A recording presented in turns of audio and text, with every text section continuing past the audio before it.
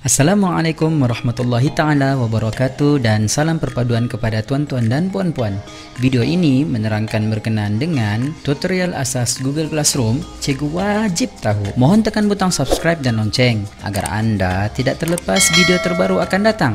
Baiklah, jom kita mulakan. Pertama sekali, saya akan tunjukkan bagaimana untuk pergi ke Google Classroom. Buka Google Chrome, tekan butang Google Apps, tekan butang Drive. Pastikan anda menggunakan email Google rasmi yang sekolah berikan bagi memudahkan synchronize nanti. Setelah itu tekan ikon ini, kemudian tekan email rasmi Google Classroom. Seterusnya tekan butang Google Apps semula, kemudian tekan butang Google Classroom. Ini adalah cara bagaimana untuk anda pergi ke Google Classroom. Ada lagi cara yang lain, yaitu anda buka new tab, pergi ke Google Search dan type Google Classroom. Tekan pada bahagian ini, kemudian anda pergi pada ikon ini dan tekan pada email rasmi Google Classroom. Jadi ada dua step. Step pertama melalui Google Drive, step kedua melalui Google Search. Setelah itu, paparan tertingkap Google Classroom akan keluar. Bahagian 3 baris bertindih ini adalah memaparkan senarai kelas dan kalender, juga setting.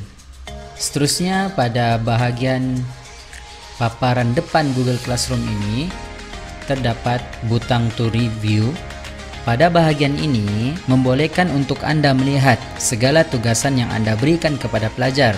Tugasan ini juga anda boleh lihat dalam bentuk segala tugasan pada setiap kelas yang anda berikan, ataupun anda boleh klik kelas secara spesifik. Ini adalah senarai-senarai tugasan pada kelas DVM1 ITE semester 2. Pada bahagian ini, turn in bermakna jumlah pelajar yang telah siap dan menghantar tugasan mereka kepada anda.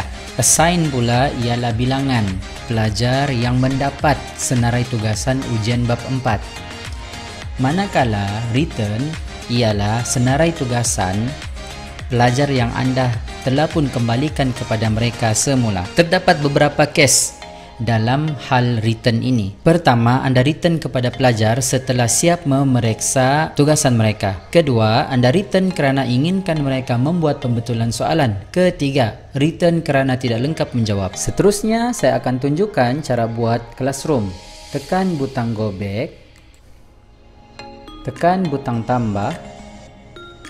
Akan muncul dua pilihan pada bahagian ini, yaitu Join Class dan Create Class. Untuk buat Classroom, anda perlu tekan Create Class. Manakala jika anda ingin pelajar anda untuk join Classroom, mereka perlu tekan Join Class. Nanti saya akan terangkan berkenaan dengan Join Class secara terperinci. Kemudian tekan Create Class. Ini adalah bahagian setting untuk Create Class. Pada bahagian Class Name ialah nama kelas anda. Sebagai contoh, bahagian section pula pembahagian kelas pada tahun tersebut. Sebagai contoh, tingkatan 2 Bistari. Anda boleh letak juga tahun 2020 terpulang kepada anda. Subjek ialah mata pelajaran. Room tidak perlu. Kemudian anda tekan Create. Ini adalah paparan Classroom yang telah siap dibuat. Untuk pergi ke senarai Classroom, tekan butang Go Back, ataupun anda boleh tekan 3 baris bertindih ini. Tekan dan tekan pada bahagian Classes. Ini adalah senarai Classroom yang anda telah buat. Pada bahagian tingkatan 2 Bistari ini, jika anda ingin edit nama dan subjek Classroom ini, anda boleh tekan pada 3 titik bertindih ini dan pergi ke bahagian Edit. Setelah anda membuat perubahan pada bahagian ini, anda tekan pada butang Save. Seterusnya masuk ke tingkatan 2 Bistari. Terdapat 4 ruangan pecahan pada bahagian atas ini. yaitu stream, classwork, people, dan grade. Saya akan terangkan satu persatu berkenaan dengan fungsi setiap ruangan tersebut. Stream adalah paparan senarai pos-pos yang telah dibuat pada classroom. Sebagai contoh soalan, tugasan, ujian, dan lain-lain aktiviti. Ruangan ini seperti ruang chat pada grup WhatsApp ataupun Telegram, di mana semua ahli dalam grup tersebut boleh lihat segala posting dan lain-lain aktiviti yang berlaku. Jadi pelajar dan Anda boleh lihat segala kronologi posting pada ruangan ini. Anda klik pada bagian ini dan Anda boleh post apa yang Anda inginkan. Seterusnya, pada classwork pula, tekan pada bagian ini. Ini adalah ruangan di mana Anda ingin buat soalan kuis atau tugasan ataupun ujian. Pada bahagian ini, Anda boleh susun segala kerja-kerja yang diberikan kepada pelajar mengikut topik. Saya ada buat video khusus berkenaan dengan ruangan classroom dan cara buat soalan. Anda boleh lihat pada ruangan description atau klik pada link video pada kanan atas ini jika Anda stream pada YouTube. Pada ruangan people pula, ini adalah bahagian di mana segala ahli dalam classroom akan tersenarai, yaitu cikgu dan pelajar. Akhir video nanti saya akan tunjukkan cara invite pelajar. Seterusnya, pada bahagian grade pula, ini adalah bahagian setting grade pelajar. Tekan pada butang gear, scroll ke bawah pada bahagian grading. Pada bahagian no overall grade, total point ialah jumlah semua markah penuh tugasan ataupun kuis dan ujian pelajar bahagi dengan jumlah semua markah sebenar yang mereka dapat. Sebagai contoh, saya klik pada bahagian learn more, scroll ke bawah sehingga about grading system. Pada total grading, total point grading tekan. Sebagai contoh, Anda memberikan tugasan kepada kelas Anda hanyalah satu esei dan satu tes saja. Contoh, manakala markah penuh bagi esei ialah 100, markah penuh bagi tes pula adalah 100 juga. Jumlah markah penuh bagi esei dan tes adalah 200. Pelajar A mendapat markah pada esei ialah 90, manakala markah pada tes adalah 95.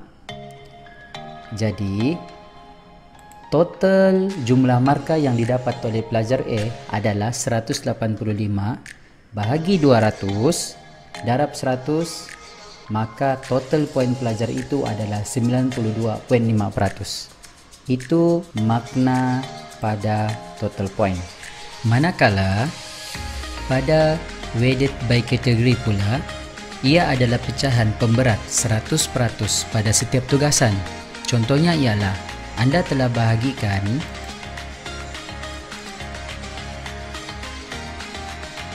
bahagikan esei sebanyak 50% dan tes sebanyak 50%. Jadi, jumlah keseluruhan esei tugasan yang Anda berikan kepada pelajar, skor markah maksimum hanyalah 50% sahaja. Begitu juga pada tes. Sebagai contoh, jika pelajar E mendapat 70% pada esei 1 dan 80% pada esei 2, maka hasil tambah kepada dua skor ini bahagi dengan 2 akan mendapat 37.5%. Begitu juga kiraan pada tes. Maka hasil kedua-dua ini akan memberikan overall grade sebanyak 85%.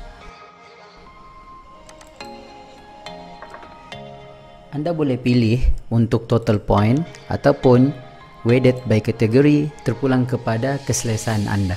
Seterusnya, Anda boleh pilih untuk show overall grade kepada semua pelajar ataupun tidak. Pada ruangan ini adalah setting bagi pemberat peratus pada setiap tugasan yang Anda berikan kepada pelajar. Sebagai contoh, jika Anda pilih total points, maka pada bagian ini tes Anda adalah 100%, Anda boleh bagi 100%, boleh juga bagi 50% itu pulang kepada Anda. Saya setting 100%. Seterusnya add category, quiz 100%. Maka kiraan tadi seperti yang saya terangkan berkenaan dengan total point. Jika Anda pilih weighted by category pula, Anda perasan bahagian ini terdapat remaining 100% berwarna merah. Ini bermakna jika Anda letak pada bahagian ini 50%, peratus yang tinggal lagi hanya 50. So Anda perlu letak sini 50. Jika Anda letak lebih, sebagai contoh 60, maka calculation akan error dan Anda tidak boleh tekan save. Jika Anda letak kurang daripada markah setting 100%, juga tidak boleh save. Maka Anda perlu beri pembahagian yang tepat 100%. Setelah itu tekan save. Itu sahaja penerangan pada ruangan grades. Seterusnya pergi ke ruangan stream. Pada bahagian ini Anda boleh setting tema bagi tingkatan 2 Bistari 2020. Anda boleh select senarai tema pada ruangan ini mengikut cita rasa Anda, ataupun Anda boleh upload gambar yang Anda rasa sesuai untuk menjadi latar tema Google Classroom Anda.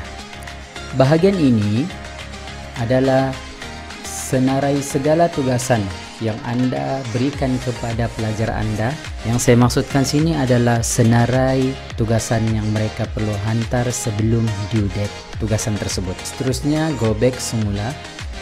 Itu sahaja penerangan asas berkenaan dengan tutorial bagaimana menggunakan Classroom. Seterusnya saya akan tunjukkan bagaimana untuk invite pelajar mengikuti Classroom yang Anda telah buat. Untuk makluman Anda, jika pelajar ingin join Classroom, mereka perlu masukkan class code. Ini merupakan class code Anda. Ini adalah class code Anda, maka Anda perlu tekan pada copy invite link, kemudian kongsikan link tersebut dalam grup WhatsApp ataupun Telegram pelajar Anda, ataupun Anda boleh email kepada mereka. Sebagai contoh, ini merupakan link invitation Google Classroom. Saya tekan, maka pelajar tersebut akan dibawa ke tingkap join your class. Mereka tekan pada bahagian ini. Seterusnya Google Classroom akan minta mereka untuk masukkan class code ini. Maka ini pun Anda perlu kongsikan kepada pelajar. Itu saja cara join Classroom. Itu saja cara bagaimana untuk invite pelajar untuk join Classroom. Baiklah, sekian, terima kasih kerana sudi menonton. Sila tekan butang subscribe dan lonceng agar Anda dapat notifikasi video akan datang. Mohon juga untuk komen, like, dan share kepada rakan-rakan agar ilmu yang bermanfaat boleh disebarluaskan. Sekian, terima kasih. Assalamualaikum warahmatullahi taala wabarakatuh.